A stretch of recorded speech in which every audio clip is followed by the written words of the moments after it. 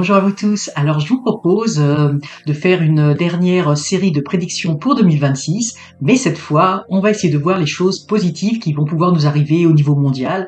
Alors, ça peut être pour 2026 et aussi pour les prochaines années, parce qu'effectivement, les prédictions sont souvent catastrophiques, mais là, on va essayer de voir qu'est-ce qui pourrait nous arriver de positif, les grandes découvertes qui pourraient arriver, les choses comme ça. Alors, je vous propose de le faire avec le tarot de Marseille de Nicolas Convert, comme d'habitude, et puis le folklore oracle.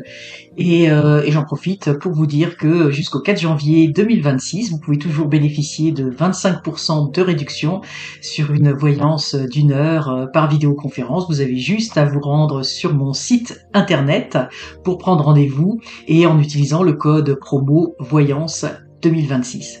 Alors c'est parti pour ces prédictions, ces bonnes prédictions pour 2026. Alors pour commencer, je vous propose de regarder un petit peu au niveau de la recherche médicale. Est-ce qu'il va y avoir des découvertes qui pourront être faites euh, au niveau médical, au niveau de la santé, les avancées qui pourraient nous être bénéfiques. On va regarder un petit peu, on va essayer d'en savoir peut-être un petit peu plus s'il y a dans quel domaine, dans quel secteur, qu'est-ce qu'il pourrait y avoir de positif. Ah oui, tout de suite, vous voyez, de la papesse, on me parle de la recherche. Donc, je pense qu'il va y avoir effectivement, retourner celle-là. On me parle de la recherche. Hein. La recherche, en fait, il y a eu des recherches qui ont été faites dans un domaine d'activité depuis. Alors effectivement, on a les ciseaux ici. J'ai l'impression que c'est en lien avec la chirurgie. De ce que je ressens, les opérations chirurgicales. Là, on y voit les ciseaux, mais là, j'y vois plutôt un scalpel. Et j'ai l'impression que ces dernières années, parce que là, on est dans les recherches qui ont été faites hein, jusqu'à présent, et pour moi, il y a des nouveautés qui vont arriver au niveau de la chirurgie. Et vous voyez, ici, j'y vois, il y a quelque chose qui va changer dans le procédé, dans la façon d'opérer, hein, dans la façon de d'effectuer les opérations, j'y vois comme un grand changement. Et ici, on a cette carte hein, qui représente la forêt. Donc, il va y avoir des grands changements, mais j'ai l'impression que ça va être pour quelque chose de plus sain, de plus naturel, de moins invasif. Voilà, c'est ça. Avoir des opérations qui sont bon, je vais vous dire tels que les mots que je reçois là, qu'on n'a pas besoin d'ouvrir les entrailles de la terre. Donc, vous voyez, j'ai l'impression on va être en mesure de faire alors évidemment, ça existe déjà où parfois on fait des micros, j'ai envie de dire des micros incisions et puis on peut opérer de cette façon-là. Mais là on est en train de me dire également ici avec les yeux, bon avec l'intelligence artificielle également, ou en tout cas avec ces nouvelles technologies-là, qui vont permettre d'avoir un regard sur le corps différent. C'est comme si on est en train de me montrer que on serait capable de voir, alors ça paraît fou, mais à travers le corps.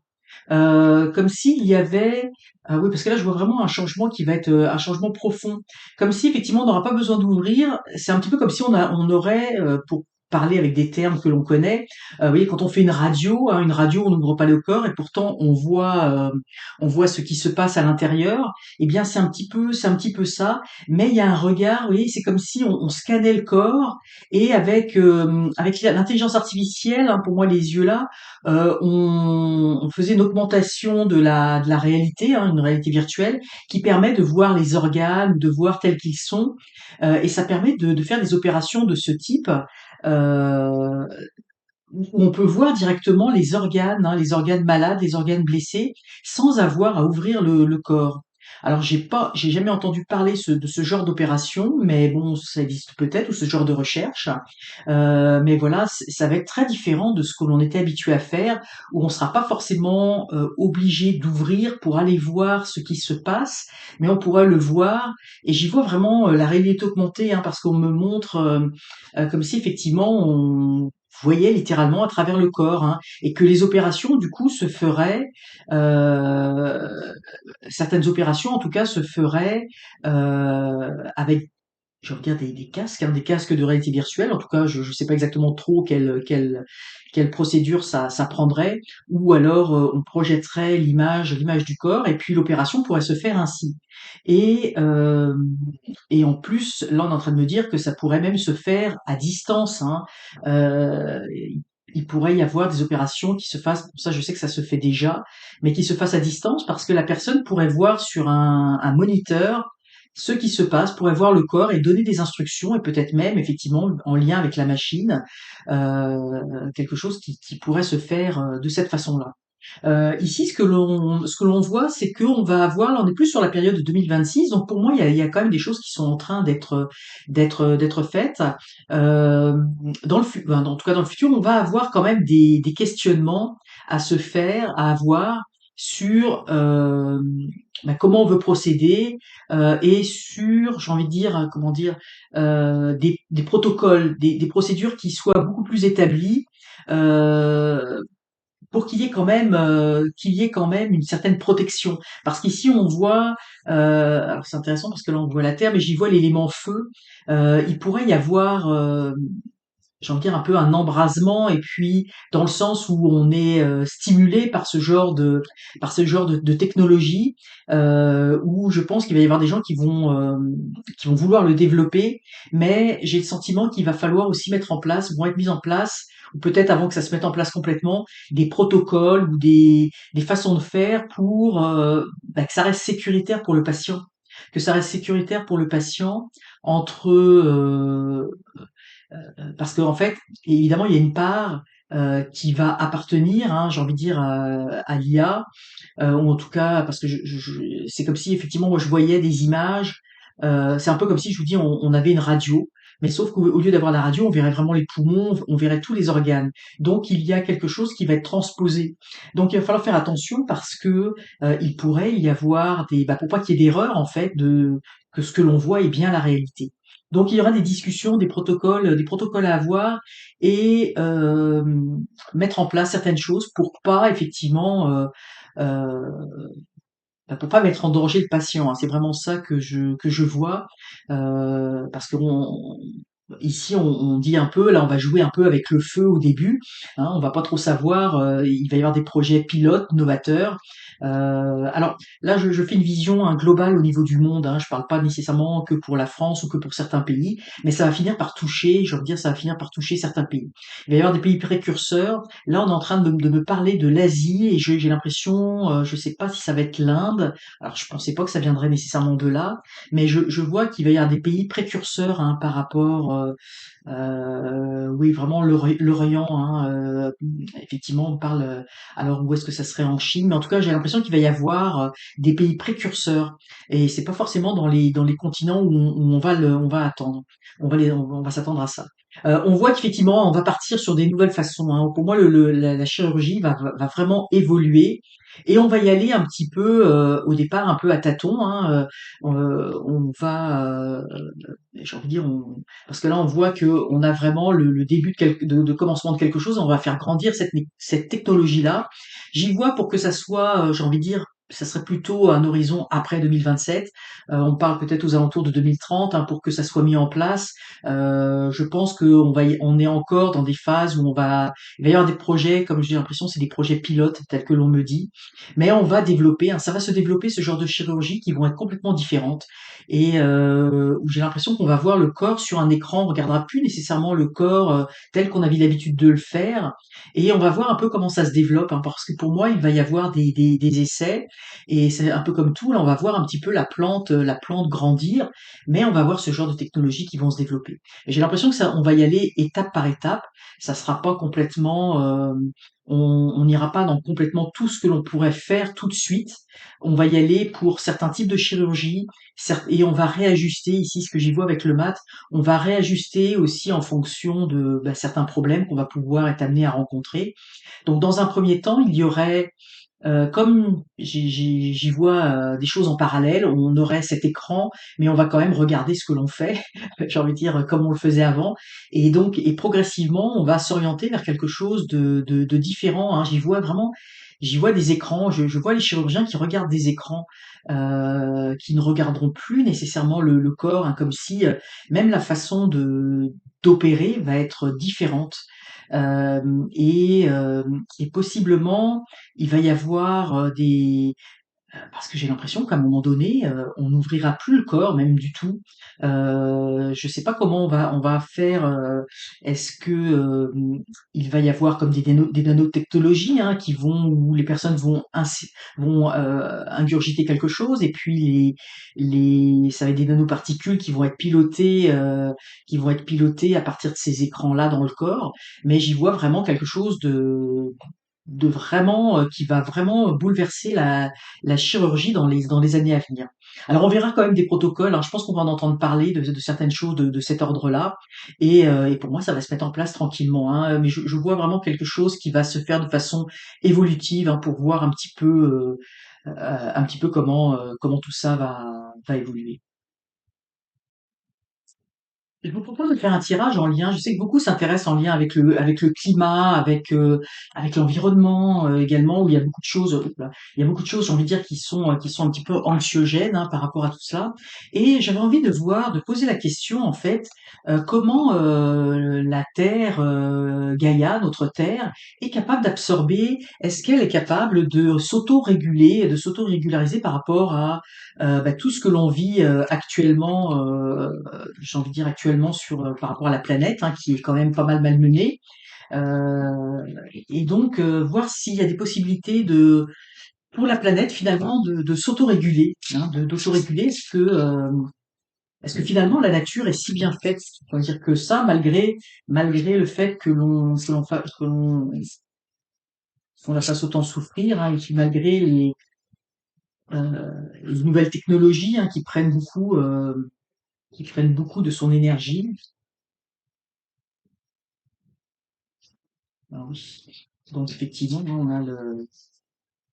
Bon, alors moi j'y vois vraiment, à un moment donné, il va y avoir un changement. Alors évidemment, je pense que c'est ça, on est déjà dans des cycles, hein, parce que là pour moi on est dans des cycles un petit peu passés. Pour moi, c'est comme si le processus, j'ai envie de dire, de nettoyage, parce que c'est vraiment comme ça que je le ressens avec la faux, de nettoyage. Et puis vous voyez, ici on a cette carte qui fait vraiment penser, j'ai envie de dire, à la mère nature. Pour moi, le grand nettoyage a commencé. Hein, et c'est pour ça qu'on voit aussi autant de catastrophes naturelles qui arrivent un peu partout dans le monde, et ça va se poursuivre hein, parce qu'il y a vraiment, on est en train de balayer certaines choses, on est en train de renouveler certaines énergies hein, au niveau de la nature, hein, donc pour retrouver, vous voyez, le magic word, là c'est des words, c'est des mots, mais pour retrouver quelque chose de plus paradisiaque, hein, c'est ce que je ressens. Et donc le nettoyage a déjà commencé, hein, la Terre va effectivement s'auto-régule toute seule et on va avoir, par la force des choses, des zones ici, ce que je vois, qui vont être volontairement inhabitables, inhabitées, à cause des catastrophes. Ça va permettre effectivement à l'énergie de la Terre de se ressourcer. Et ça, le processus est déjà amorcé. Et c'est pour ça, d'ailleurs, je le disais dans les prédictions, puis je sais que c'est quelque chose que beaucoup voient, les prédictions météorologiques catastrophiques, enfin, en tout cas catastrophiques telles que j'entends, les tremblements de terre, les volcans, les crues des eaux, la montée des eaux, etc.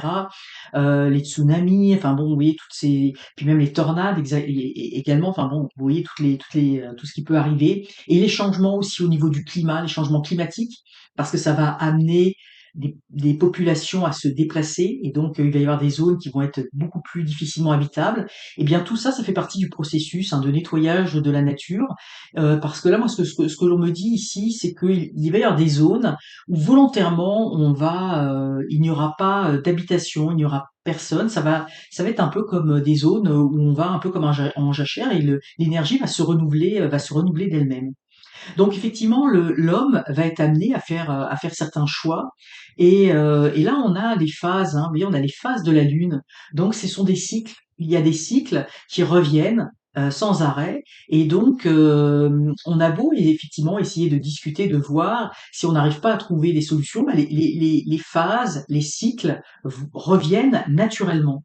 Mais l'homme a la possibilité, hein, ici, a la possibilité de faire des choix aussi qui soient positif pour la planète, pour limiter, j'ai envie de dire, un petit peu limiter les dégâts de montée des eaux. Et moi, j'y vois également des discussions, et je pense que c'est déjà en cours, des plans, des plans qui sont faits au niveau de chaque pays, enfin en tout cas de certains pays, et puis même peut-être au niveau mondial, mais au niveau de certains pays, parce qu'on sent hein, que des cycles s'en viennent.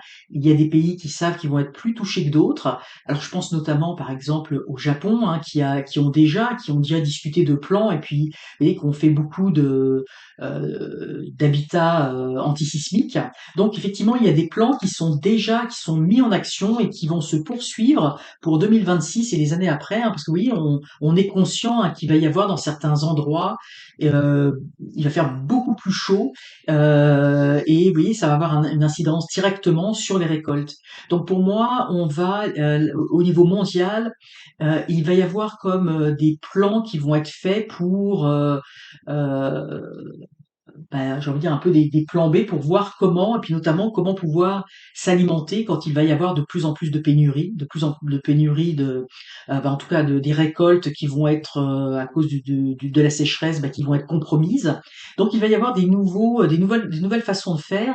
Et là on me dit, je vois, j'ai l'image, on me montre l'image, vous voyez, alors j'allais dire des dômes, hein, c'est pas des dômes, mais c'est des serres, mais c'est pas les serres telles qu'on les connaît, c'est pas des petites serres, c'est vraiment, je vois des grandes portions, hein, comme des grands hangars, mais ce sont des dômes en fait, qui sont, je les vois assez opaques, qui sont sombres, enfin en tout cas, non c'est pas sombre, mais qui sont opaques, hein, c'est ça parce que je peux pas dire de quelle couleur ils sont, mais pour pas laisser passer justement la chaleur comme des zones, un petit peu, oui, c'est pour ça qu'on est un peu dans la nuit, comme des zones qui vont dans certains endroits où il va commencer à faire trop chaud.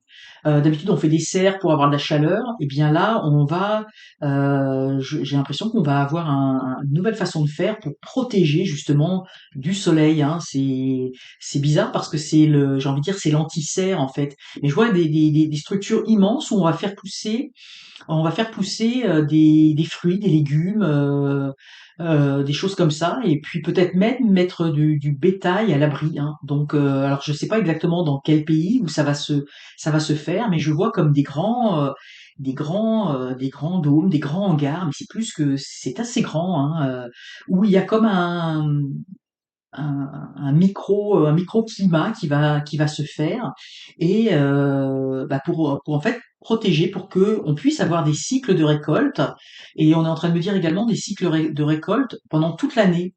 J'ai l'impression que certains pays vont chercher à être autosuffisants toute l'année, et particulièrement des endroits qui vont être de plus en plus touchés par des mauvaises récoltes à cause du climat. Alors, à voir, mais alors je sais pas, peut-être vous pouvez me dire dans les commentaires si ça existe déjà ou s'il y a des projets ou si certains pays ont déjà commencé ce type de projet.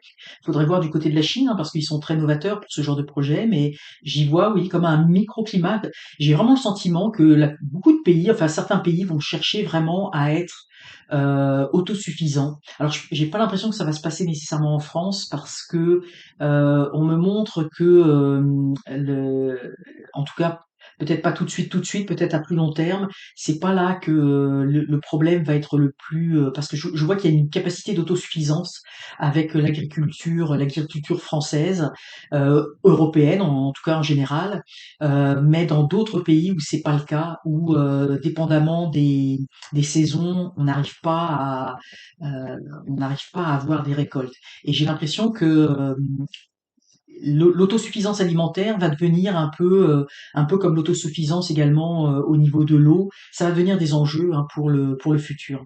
Et là, effectivement, on voit qu'on va de l'avant, on va aller de l'avant avec euh, j'ai envie de dire des nouveaux projets, mais je vois qu'également on est en train de voir que la nature change, que la nature s'autorégule, et j'ai l'impression que on va aussi dans les années, mais là on est un peu plus lointain, on est un peu, c'est pas maintenant, mais on va être davantage à l'écoute de la terre, du climat, de ce qui se passe.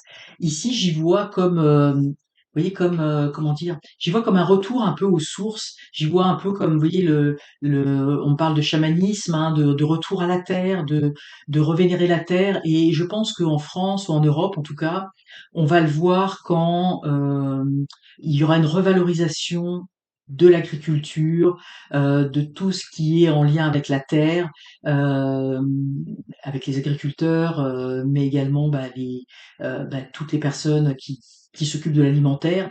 Et quand on va un petit peu, on va revenir à des choses beaucoup plus, des valeurs de la terre, et des choses beaucoup plus naturelles aussi, hein, de vivre.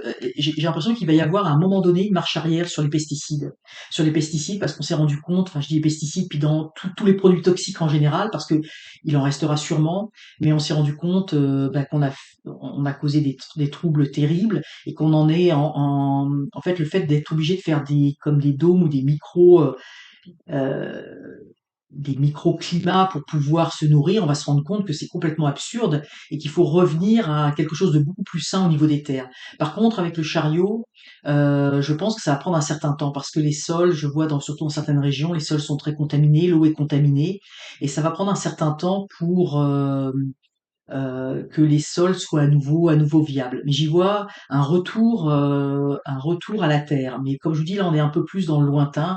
Je vois pas ça avant 2030, mais à un moment donné, les choses vont évoluer. Les choses vont évoluer, mais on va passer par une phase intermédiaire où l'homme va quand même tenter des choses, parce que c'est ça un petit peu, j'ai envie de dire, le problème de l'homme, c'est qu'on attend qu'il n'y ait plus rien pour construire quelque chose, mais on va construire, mais on va se rendre compte un peu de l'absurdité de la situation, et on va se rendre compte en fait de la richesse de la mère nature. Et là, on est en train de me dire que c'est aussi, il y a la plus jeune génération, et là, vous voyez, on voit la génération actuelle, hein, les jeunes actuels, eux, vont prendre le flambeau parce qu'ils vont se rendre compte, ils vont être beaucoup plus proches de la nature que nous et que les politiques qui sont actuellement aux commandes. C'est pas leur priorité, mais la nouvelle génération, ça va devenir une de leurs priorités, ce retour aux sources et ce retour à la terre. Et puis, pour pas faire une vidéo trop longue, là j'ai l'impression qu'on sera au-delà parce que par rapport aux prédictions 2026 que j'ai faites, on va voir si même au niveau, j'ai envie de dire au niveau du mondial, est-ce qu'on va avoir des changements de gouvernement, enfin de gouvernement dans le sens, est-ce qu'on va avoir des nouveaux modèles, des nouveaux modèles de gouvernance qui vont être complètement différents. Est-ce que on va arriver à sortir de ces modèles un peu qui sont obsolètes, hein, qui ne fonctionnent plus, euh, qui amènent des choses un petit peu négatives, hein, notamment comme la corruption et choses comme ça.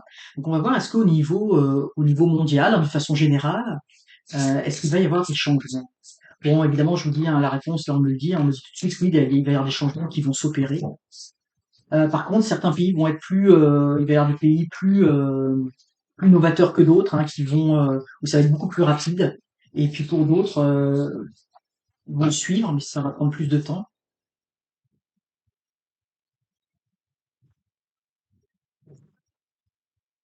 Ouais. Mais effectivement, on va avoir des changements. Ce que l'on voit, c'est que, alors on a l'empereur, hein, les systèmes actuels, les systèmes, j'ai envie de dire, avec un président, en tout cas un chef d'État, une personne au niveau du chef d'État, et c'est l'âge de fer, c'est obsolète. Hein. Puis là, on voit vraiment le temps passer. Donc c'est quelque chose qui ne fonctionne plus, qui est du domaine du passé, j'ai envie de dire, qui est déjà mort, hein, qui est déjà mort depuis longtemps. Ça marche plus déjà, on le sait. Mais bon, pour l'instant, on est encore dans ce système-là parce qu'on est dans une situation actuellement d'attente. Hein. On a le pendu et on attend quoi? Eh bien, on attend le changement. On est en train ici, ce qu'on me dit, c'est qu'on attend un petit peu qu'on soit quasiment noyé là, que l'eau nous arrive. Là, c'est comme si on avait de l'eau un peu jusqu'au cou, voire même jusqu'au nez. On a du mal jusqu'à la bouche. On est sur le point de se noyer. Et c'est comme si on me disait c'est une étape nécessaire. Actuellement, on regarde et il y a beaucoup de gens qui proposent des choses, qui ont des propositions à faire, et là on va être complètement, je vous dis, de quelque chose de très différent. Et puis j'ai envie de dire possiblement de quelque chose de beaucoup plus petit, plus proche des gens. Peut-être pas des grands États, mais où chaque, j'ai envie de dire, chaque région reprendrait même son contrôle. Mais en tout cas, on est dans une phase de réflexion, et c'est comme si on devait attendre d'être vraiment, d'être arrivé au bout de ce que l'on a mis en place pour pouvoir changer. Hein. C'est quelque chose qui est, mais effectivement, on va s'en sortir. Là, on voit qu'il va y avoir des changements qui vont arriver. Mais on sait déjà, hein, c'est déjà obsolète depuis un certain temps là de ce que je vois ici. Bon, pour les années à venir, ça va pas être si facile que ça. Hein. Ça va pas être si facile que ça parce que là, on voit que il va y avoir le changement. Hein, ça va être compliqué. Et ici, ce que je vois, c'est qu'il va y avoir aussi des luttes pour savoir quel modèle on met en place. Et j'ai pas l'impression que c'est tous les pays qui vont avoir le même type de modèle à mettre en place. Mais quoi qu'il en soit, on va retourner à un modèle où on va être plus près des valeurs. Parce que là, on a la nature, mais plus près des valeurs humaines, des valeurs. On veut plus qu'il y ait des partisaneries, hein, qu'il y ait des partis qui s'opposent. On veut plus non plus qu'il y ait de la corruption, parce que ça c'est ce que j'y vois, le fait qu'on mette des personnes au pouvoir, ou qu'elles s'enrichissent ou qu'elles y voient leurs propres intérêts personnels. On veut vraiment y voir l'intérêt collectif, euh, l'intérêt euh, l'intérêt collectif et l'intérêt des hommes. Hein. On veut retourner à des valeurs sensibles, des valeurs humaines. Alors ça va pas se faire comme ça. Hein. J'y vois évidemment. Il va y avoir quand même encore des gens qui vont tenter de garder le pouvoir, qui vont tenter de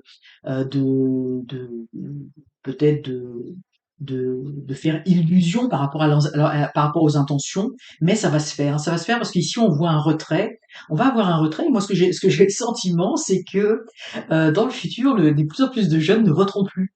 Et du coup, ça va faire tomber, hein, ça va faire tomber le système. Moi, je le vois, hein, le système. Enfin, on me le montre là. Il tombe, le système électoral tombe. Ce sera plus, il y aura plus les urnes telles qu'on les connaît, ou avec des bulletins et des personnes qui s'entrebataillent. Alors, on me montre pas le modèle parce que j'ai l'impression qu'il va y avoir des modèles. Mais j'ai l'impression qu'il va y avoir un modèle collectif dans le sens avec des consultations collectives. Mais quoi qu'il en soit, voyons, on a limite, on va se retirer. Moi, j'ai l'impression qu'on va être sur des modèles. On va sortir de la mondialisation, on va sortir de l'Europe, on va sortir de ces grandes, pour revenir à quelque chose de beaucoup plus régional. Hein. Alors ça peut être au niveau des pays pour les petits pays, mais quelque chose où on va se recentrer sur gérer un peu au niveau local, au niveau communautaire ou au niveau régional, mais alors avec évidemment des échanges, hein, parce que là on le voit pour moi ici on a des échanges avec le monde, avec l'extérieur, où il pourrait y avoir des formes de j'ai envie de dire de troc, mais on va revenir au niveau politique à quelque chose de vraiment j'ai envie de dire de beaucoup plus réduit. Qu'est-ce qu'on peut faire avec ce qu'on a? En fait, en gros, c'est ça. Et chacun va se retrouver là-dedans où il y aura plus d'enjeux. Et puis moi, je vous dis, le système électoral, là, tel qu'on le connaît, je le vois s'effondrer. Hein. Je vois qu'il n'y a plus personne qui va voter. Qu'il y a plus, je vois des grandes salles vides.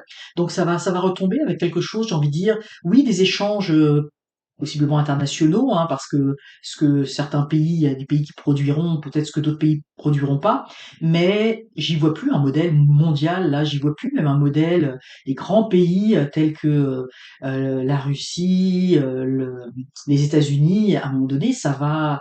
Alors il y aura peut-être quelque chose au niveau, j'ai envie de dire, euh, mais j'y vois plus des États ou des régions. Alors il y aura peut-être encore ces grands pays dans un premier temps, parce que je vois une période de transition. Hein, ça va se faire, ça va pas se faire d'un coup nécessairement, mais en tout cas, parce que je pense, enfin, je sais pas s'il y aura des périodes de transition, mais ce que je vois, c'est que il va y avoir des pays qui vont avancer plus vite que d'autres. Hein, donc, parce que là, on est dans une façon très très générale au niveau du monde, donc il peut y avoir des transitions rapides pour certains pays, ça je le ressens, mais j'ai l'impression que ça va être pour les plus petits pays, certains plus gros pays, ça va être plus compliqué parce qu'il va falloir défaire certaines structures. Mais c'est clair que dans le futur, alors c'est pas un futur proche, hein, mais ça je vous l'avais un petit peu dit, là on se doute bien que ça va pas changer du jour au lendemain, mais on va voir certains pays qui vont revoir leur modèle et ça va partir de petits pays qui vont reprendre j'ai envie de dire, qui vont reprendre leur souveraineté, hein, qui vont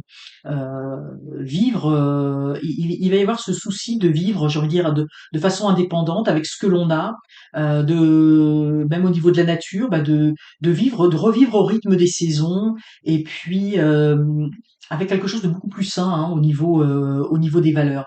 Mais ça n'empêche pas le progrès, la modernité ou quoi que ce soit. Mais on va revenir à quelque chose de beaucoup plus harmonieux, autant pour l'homme que pour son environnement, que pour la nature. J'y vois plus les productions à outrance.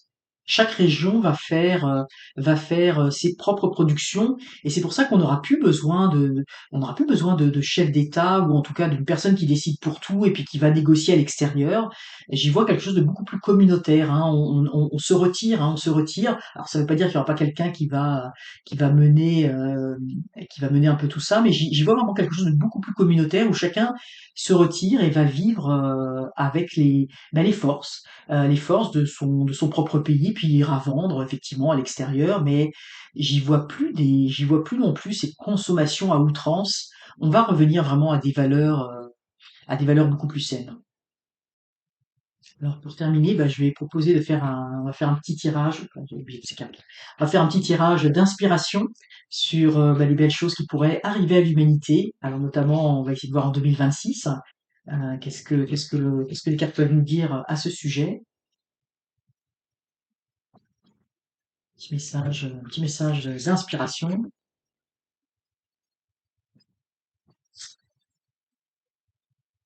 Ce qu'on dit, c'est qu'il faut avoir confiance, hein. On me dit, là, il faut avoir confiance en l'homme, hein. Il faut avoir confiance en l'humanité. La perte de confiance, actuellement, on est en train de me montrer comme une grande pente où ça dévale.